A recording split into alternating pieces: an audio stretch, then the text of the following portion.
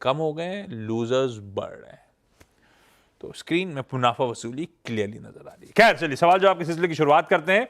पिछले शो में वीरू ने मार्केट्स का आगे का आउटलुक सब पे डिटेल, सॉरी डायरेक्टर साहब कुछ कह रहे हो? ओह आई एम सॉरी, आदत नहीं है ना, कल ही इंट्रोड्यूस करा है, ऑन द शो लेकर आइए भाई। जो स्टॉक्स आज इस सास बहू और सेंसेक्स में हम लोग डिस्कस कर रहे होंगे, ये वो सारे के सारे स्टॉक्स हैं, नोट डाउन कर सकते। कोशिश करूंगा जो टीज क्या है उनमें से ज्यादा स्टॉक्स पे हम बातचीत करें। कोई IRCTC, United Spirit, Tata Tech, IDBI Bank, Linde India, बस 5 ही है क्या डॉक्टर साहब? प्लेट एक ही बनाइए, कोशिश और भी स्टॉक्स की, क्वेरीज और भी हैं। ठीक है, दिल्ली, बेंगलुरु और अंबाला सिटी जाना है आज हमको। पहले चलें दिल्ली, अनीता भाटिया जी के पास। अनीता जी तो विदेश में बैठती थी। अनीता जी वही वाली हो ना आप? ऑस्ट्रेलिया या सिंगापुर कहीं से तो हाँ मुलाकात जी। हुई थी लास्ट टाइम। हाँ जी। नमस्कार जी, मैं अभी इंडिया में ही हूँ। अच्छा, GST अनाउंसमेंट सुनने के लिए आप इंडिया आ गए थे? हाँ नहीं, अभी तो मैं यहीं रह रही हूँ, मैं दिसंबर में जाऊंगी। आप ऑस्ट्रेलिया में जाते हो ना बेटे के पास? हाँ जी, हाँ जी, ऑस्ट्रेलिया में दिसंबर में जाऊंगी। सही है। Anita ma'am, welcome on the show, welcome back. पहला सवाल कौन सा?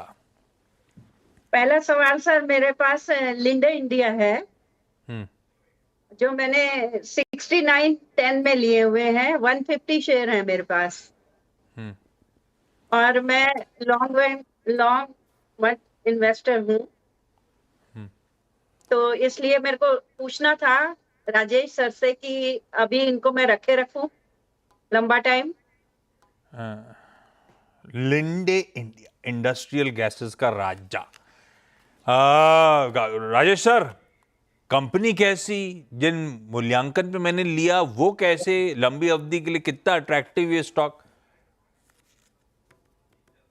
Good afternoon Ashish ji. बाकी भी जो पैनल में महिला मित्रगण है सबको नमस्कार। लिंडे इंडिया बहुत शानदार कंपनी, मल्टीनेशनल, इंडस्ट्रियल गैसेस, खास करके हेल्थ केयर में लगने वाले ऑक्सीजन वगैरह बनाती है, और कोविड के बाद से ही शानदार रन अप देखा है स्टॉक में। और मैं अभी भी समझता हूँ कि जिस तरीके की बैलेंस शीट है और जिस तरीके के प्रोस्पेक्ट्स है, हो सकता है कि शॉर्ट टर्म में इतनी रन अप के बाद थोड़ा कूल डाउन होता हुआ नजर आए, लेकिन लंबी अवधि के लिए बहुत उम्दा स्टॉक है। आपका अगर नजरिया 9 से 12 महीना का है तो मैं समझता हूँ कि आप अच्छे मुनाफे में रहेंगी। बिल्कुल बने रहने की सलाह रहेगी। किसी भी कारण से, बाजार के कारण से, अन्य कोई कारण से ये स्टॉक 5700-5800 तक आता है तो आप इसे और भी ऐड कर सकती हैं। कोई नए निवेशक देख रहे हो तो वो भी इसमें ऐड कर सकते हैं 5700-5800 की रेंज में। इस वक्त आपकी जो होल्डिंग है उसमें बने रहें।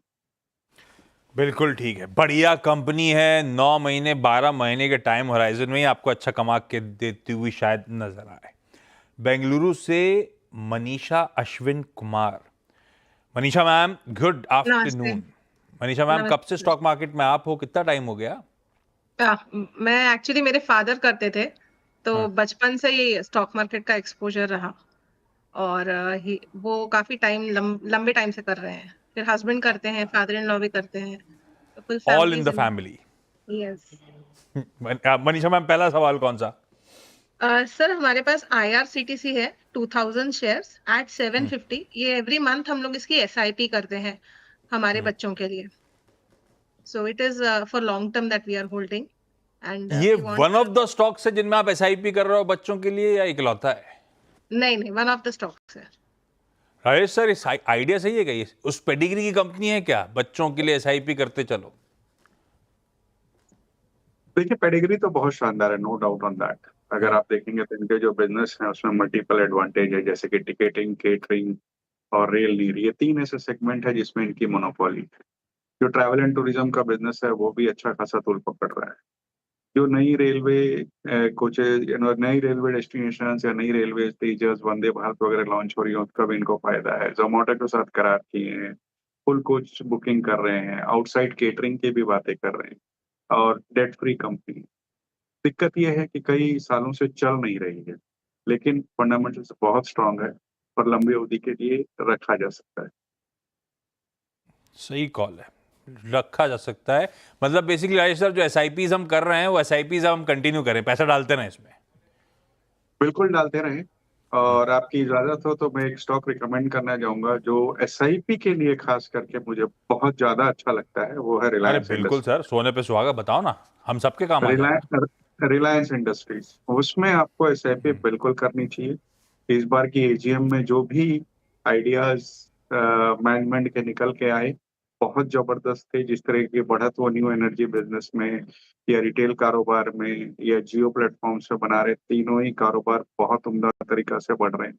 मैं समझता हूँ ये ऐसा स्टॉक है जिसे हर रिटेल निवेशक को एसआईपी करनी चाहिए। बिल्कुल। अच्छा, रिलायंस की बात हुई तो डिस्क्लेमर स्क्रीन पे आ गया है, इस चैनल का ओनरशिप और मैनेजमेंट दोनों आरआईएल के पास है, तो एक इंडिपेंडेंट फाइनेंशियल एडवाइजर से भी कंसल्ट करिएगा। अंबाला सिटी चला जाए, हर्षिता आनंद जी के पास। Harshita ma'am, good afternoon. Ma'am, very good पहला सवाल आफ्टरनून कौन सा? सर। जी सर, मेरा पहला सवाल है सर, आईडीबीआई बैंक जो मैंने बाय किया है एट 97 रुपीज, और मेरे पास 6000 शेयर हैं इसके। तो मैं जानना चाह रही थी कि इसे आगे कितने समय तक के लिए रखा जा सकता है।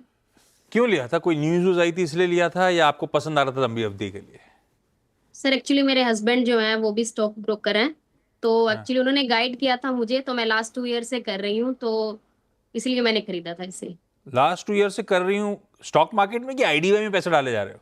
नहीं सर, लास्ट 2 ईयर से स्टॉक मार्केट में और ये हस्बैंड का आइडिया था कि इन्वेस्ट कर रही आईडीबीआई हूँ। ले लो हर्षिता, खूब कमाई होगी अपन की, ऐसा? नहीं सर, उन्होंने ही बोला था एक्चुअली, और भी शेयर्स में हमने काफी मुनाफा जो है वो हाँ, हुआ है हमें, ठीक तो है। इसीलिए आईडीबीआई बैंक तो उन्होंने ही मतलब गाइड किया था, तो मैंने बाय किया, इसीलिए तो मेरे पास 6000 शेयर हैं उसके। तो हस्बैंड ने कह दिया तो ठीक है। अभी राजेश सर से कंफर्म करना है कि छोड़ने? नहीं नहीं सर, कंफर्म करने के लिए ही ऐड हुई हूँ मैं, ज्वाइन किया मैंने। राजेश सर, हस्बैंड ने सही कहा क्या? लंबी अवधि के लिए आईडीबीआई बैंक अच्छा है क्या? अब ऐसा है सर कि हस्बैंड स्टॉक ब्रोकिंग में है और मैं अगेंस्ट में जाऊं तो मेरे से लड़ाई हो जाएगी। नहीं नहीं सर, आप सही तो गाइड कीजिए। एनीवेज, हाँ, आईडीबीआई बैंक के फंडामेंटल्स की अगर बात की जाए तो पहली तिमाही के नतीजे ठीक ठाक आए थे। 17% के आसपास बॉटम लाइन में बढ़त थी, एडवांसेस में बढ़त थी। दिक्कत ये है कि पिछले कई वर्षों से हम लगातार ये सुन रहे हैं कि इसमें डिसइन्वेस्टमेंट होगा। 95% के आसपास गवर्नमेंट होल्डिंग है, जिसमें 60.72 एलआईसी की इंक्लूडेड है। अब पिछले कुछ दिनों से ऐसी खबरें बहुत जोर पकड़ रही है कि शायद तीसरी तिमाही तक इन डिसइन्वेस्टमेंट की बातें थोड़ा सा आगे बढ़ जाए। फंडामेंटली आज के वैल्यूएशन में मैं समझता हूँ सब कुछ डिस्काउंटेड है, अनलेस एंड अनटिल की वो डिसइन्वेस्टमेंट वाली बात सही हो। ये होगी तो सही, अब अभी होगी 3 महीने में कि 6 महीने में, ये इस वक्त बोलना मुश्किल है। अगर आप लंबी अवधि के लिए सिर्फ उस डिसइन्वेस्टमेंट न्यूज पे बनी रहना चाहती हैं तो मैं समझता हूँ बनी रहना चाहिए आपको स्टॉक। इफ्स एंड बट्स लगाया आपने, आप बने रहते क्या? आप लेते आईडीबीआई बैंक को? अभी बोलते अगर राजेश सर आप आईडीबीआई बैंक खरीद लो लंबी अवधि के लिए, खरीदते या नहीं खरीदते, ये बताओ। नहीं खरीदता सर। आंसर मिल गया मुझे, ठीक बात। हस्बैंड की बात ही नहीं कर रहे अपन लोग, आपसे डायरेक्ट अपन दोनों का कम्युनिकेशन था। खैर, अनीता मैम, अगला सवाल। हाँ सर, मेरा अगला सवाल है, मेरे पास यूएसएल के हैं, यूनाइटेड स्पिरिट के 300 शेयर हैं। ये मैंने 1480 में लिए हुए हैं, और ये भी मैं लॉन्ग टर्म के लिए रखना चाहती हूँ। एक्चुअली मैं राजेश सर की बहुत बड़ी फैन हूँ, क्योंकि वो बहुत अच्छा एनालिसिस करते हैं हर चीज के लिए, और वैसे भी वो सभी करते हैं, लेकिन मुझे राजेश सर का जल्दी समझ आता है, इसलिए मैं आज बड़ी खुश थी कि राजेश सर आए हैं। आपकी खुशी के लिए तो राजेश सर आए हैं। ये बताओ, आपने तो ऑस्ट्रेलिया में भी चखी होगी, यहाँ पे भी। उनकी वाली अच्छी है कि अपनी वाली ज्यादा अच्छी है? नहीं नहीं, मेरा इंडिया बहुत अच्छा है। इंडिया बहुत अच्छा है तो यूएसएल यूएसएल भी अच्छा है भाई, इंडिया में तो बनाता है भाई। राजेश सर, यूएसएल है कैसा लंबी अवधि के लिए? पहले तो अनीता जी का बहुत बहुत धन्यवाद आपके इतने अच्छे शब्दों के लिए। ये हमारे लिए एक मोटिवेशन होता है।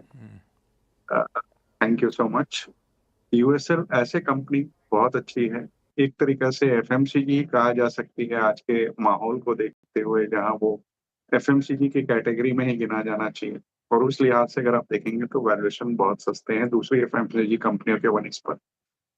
डीआईजीओ की एंट्री के बाद जो भी फाइनेंशियल दिक्कतें थी या जो थी वो कम होती हुई नजर आ रही है। थोड़ी सी दिक्कत ये है कि जो एफटीए वगैरह अब हो रहे हैं उसके बाद आईएमएफएल की वॉल्यूम्स किस तरीके से निकल कर आएंगे वो आगे आने वाले दिनों में देखना होगा। बट आज की डेट में वैल्यूएशन अच्छे हैं, इस वक्त बने रहने की सलाह रहेगी। हमारा अनुमान है कि अगले 2 से 3 क्वार्टर में ये 1550-1600 तक जाता हुआ नजर आता है।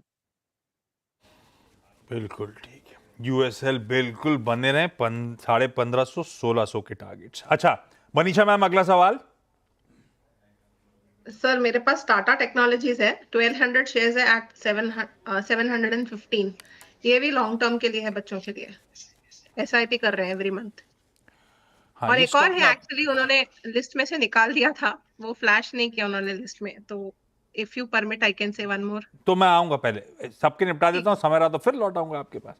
टाटा टेक्नोलॉजीज भी राइट सर, इसने लिस्टिंग के बाद से डिसअपॉइंट किया, हालांकि लिस्टिंग एक्सपेक्टेशन कहीं ज्यादा हो गई, वो बात अलग है, लेकिन तब से अब तक कुछ करके ही नहीं दे रहा है। ये भी उस तरह का स्टॉक है कि ऐड करता रहूं बच्चों के लिए? ये आपने सही कहा कि लिस्टिंग के बाद से ऐसा ठंडा पड़ा कि कुछ करके ही नहीं दिया। बाजार कहीं भी जाए वो वहीं पड़ा है, बावजूद इसके कि कंपनी की क्वालिटी बहुत अच्छी है। पूरे विश्व में अगर देखेंगे तो एक सबसे बड़ी कंपनी है ओईएम सप्लाईज, जो सॉफ्टवेयर का करती है गाड़ियों की। उसमें पहले इनके जेएलआर एकमात्र क्लाइंट हुआ करते थे, अब इन्होंने क्लाइंट का दायरा भी बढ़ा लिया है। कुछ ग्लोबल नाम जैसे कि एयरबस, होंडा, सब इनके क्लाइंट लिस्ट में है। और मैनेजमेंट लगातार ये कह रहा है कि डबल डिजिट की ग्रोथ इस फाइनेंशियल ईयर में उनकी आएगी, बावजूद इसके कि ये क्वार्टर थोड़ा म्यूटेड था। लंबी अवधि के लिए मुझे लगता है कि बिल्कुल बहुत अच्छा स्टॉक है। डील साइनिंग भी वगैरह भी इस क्वार्टर में अच्छी हुई है, और वैल्यूएशन इतनी बड़ी करेक्शन के बाद मेरे हिसाब से 1200-1300 के आसपास लिस्टिंग के समय था, वहां से 650, 680 आधा हो गया है। वैल्यूएशन का कंफर्ट बहुत अच्छा आता है। टाटा ग्रुप को बिलोंग करती है, इसलिए पेडिग्री भी अच्छी है। मैं समझता हूँ ठीक अच्छी चॉइस है इनकी, बनी रहे स्टॉक। बढ़िया आइडियाज हैं भाई, आईआरसीटीसी, टाटा टेक्नोलॉजीज, ये एसआईपीज आप कंटिन्यू करिए। ये येलो पूरा आज थर्सडे सोच के पहना? नहीं नहीं, मेरे हस्बैंड ने कहा ये पहन ले, इसलिए पहना। ओके, नहीं अच्छा लग रहा था। हर्षिता मैम, अगला सवाल। जी सर, मेरा अगला सवाल है शक्ति पंप। शक्ति पंप जो है वो मैंने 955 में बाय किया था। मेरे पास 1500 शेयर्स हैं, तो उसके बारे में जानना चाह रही थी कि लंबी अवधि के लिए कैसे रहेंगे। हाँ, शक्ति pumps, Rajesh sir actively track कर रहा हो आजकल शक्ति पंप्स को? लॉन्ग टर्म के प्रोस्पेक्ट्स लग कैसे रहे? देखिए, रूरल स्टोरी है। Submersible pumps, solar powered pumps, ये सब बनाती है। और जो कुसुम वगैरह जो प्रधानमंत्री योजना है, उसका बहुत बड़ा फायदा है। दूसरे एक्सपोर्ट्स में अपनी बढ़त बना रहे हैं। यूएस में, अफ्रीका में, मिडिल ईस्ट में कई देशों में इनका माल एक्सपोर्ट होता है। एक्सपोर्ट ग्रोथ अच्छी हुई है इनकी। FY25 में अगर आप देखेंगे तो करीब करीब 52.7% की बढ़त देखी गई। ऑर्डर बुक 1600-1700 करोड़ के आसपास का है। मैं समझता हूँ कि जो करेक्शन हुआ है स्टॉक में ऊपर के लेवल से, एक अच्छी अपॉर्चुनिटी दे रहा है आपको अक्यूमुलेट करने के लिए। 950 के टारगेट आप आने वाले 1 साल में रख सकते हैं। समय खत्म हो गया। आपने बात छेड़ी थी मनीषा मैम, कौन सा स्टॉक था जिसके एसआईपी कर रहे थे जो टीम ने हटा दिया? Sir Devyani International. इसमें भी एसआईपी चल रही है? हाँ जी। अरे सर हाँ या ना 4200। बोल दो, बस टाइम नहीं मेरे पास। ये मेरे ख्याल से थोड़ा सा डाइसी केस है। यहाँ पे आपको एसआईपी नहीं करनी चाहिए। यहाँ लमसम आप रख सकती हैं, 200 के आसपास आए मुनाफा वसूल कर लें, क्योंकि क्यूएसआर स्पेस उतना अच्छा नहीं चल रहा है। हालांकि अभी जो जीएसटी की अनाउंसमेंट आई है कल, उससे थोड़ा सा बेनिफिट तो बिल्कुल होगा। परफेक्ट है भाई। लिंडे इंडिया होल्ड करो आप, 9 से 12 महीनों के टाइम होराइजन में अच्छा कमाई कर सकता है। आईआरसीटीसी फंडामेंटली स्ट्रांग है, एसआईपीज कंटिन्यू करने चाहिए। किसी कंपनी में फ्रेश एसआईपी करना है तो राजेश सर को रिलायंस इंडस्ट्रीज पसंद आ रहा है। आईडीबीआई बैंक सब कुछ डिस्काउंटेड है, थोड़ा सा दूर रहने वाला स्टॉक ज्यादा बेहतर है। ये यूनाइटेड स्पिरिट्स अच्छा है, 1550-1600 के टारगेट्स।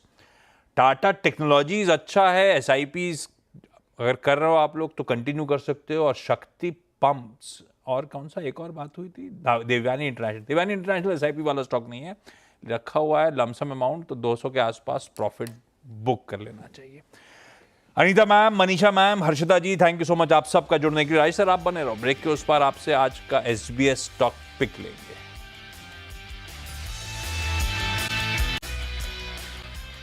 ब्रेक के बाद स्वागत है भाई, लाइए आज का एसबीएस स्टॉक पिक।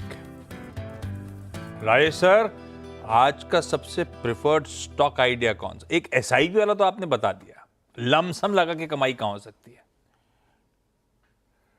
देखिए, जो कल जीएसटी काउंसिल की मीटिंग के बाद जो कुछ भी निकल कर आया और आज सुबह से जिस तरीका का माहौल बना हुआ है अक्रॉस मीडिया चैनल्स और ब्रोकिंग हाउसेस में भी, तो कंजम्पशन की थीम को छोड़ के अलग जाना थोड़ा मुश्किल है। इसलिए मैं समझता हूँ ट्रेंड के साथ जाना चाहिए। ट्रेंड की अगर आप बात करें तो वेबसाइट और जूडियो के आउटलेट्स चलाते हैं। मास प्राइस ब्यूटी सेगमेंट जो कि जूडियो ब्यूटी के नाम से कहलाती है, वहां गए हैं। और जिस तरह की बढ़त अपैरल इंडस्ट्री में इनकी हो रही है वो इंडस्ट्री से बेटर हो रही है। कुछ नए फैशन फॉर्मेट्स का नए नेटवर्क के साथ लॉन्चिंग कर रहे हैं। लैब ग्रोन डायमंड्स में गए हैं। मैनेजमेंट में सीधे सीधे कहा है कि FY26 में 250 नए स्टोर जोड़ेंगे और टारगेट उनका 25 से 30% की ग्रोथ का है FY26 में। स्टार बाजार जो कि मेरे हिसाब से जिस तरह की फूड इंडस्ट्री में बढ़त हो रही है और जो जीएसटी वगैरह की बातें हुई उन सबको देखते हुए मुझे ख्याल से वहां बहुत अच्छी बढ़त हो सकती है। यहाँ पे हमारी खरीदारी की सलाह है। ट्रेंड के साथ जा रहे हैं और वो दोनों स्टॉक है तरीके से ट्रेंड। हाँ, इनफैक्ट दोनों तरीके से, चाहे लमसम हो चाहे एसआईपी हो। ईदर वेज पसंद आ रहा है। Trend limited. Rajesh sir, thank you so much. Ajay, परम सुंदरी देखी नहीं देखी? जी नहीं, मैंने नहीं देखी परम सुंदरी। पता नहीं क्यों मुझे वो मैं ये वार 2 देखने गया था तो उसे देख के मुझे वो चेन्नई एक्सप्रेस वाली फीलिंग आ रही थी। हाँ, ये एकदम है वैसी लग रहा था फीलिंग नहीं, मैंने तो देख ली। मैं छुट्टी पे था तो फ्राइडे को फर्स्ट डे 7 बजे का शो देख, पता है हॉल में सिर्फ 6 लोग थे। तो वही 6 लोग total, first day third show. पर मेरे ख्याल से इस मुंबई में गणेश उत्सव चल रहा है, शायद इसीलिए भी हॉल भी ठंड, मल्टीप्लेक्स भी खाली था, मॉल भी खाली था, शायद ये रीजन हो सकता है। लेकिन इस बार देखते हैं इसलिए पिकअप। मैंने सोचा अब OTT देख पे ही और निपटाया जाए। हाँ नहीं, वैसे सही कर रहा हूँ। देख ली तो कोई अफसोस नहीं है, पर जाने का कोई लॉजिक नहीं था, ऐसा समझ लीजिए। परम सुंदरी। ब्रेक ले रहा हूँ। Rajesh sir, thank you so much. Break के उस पार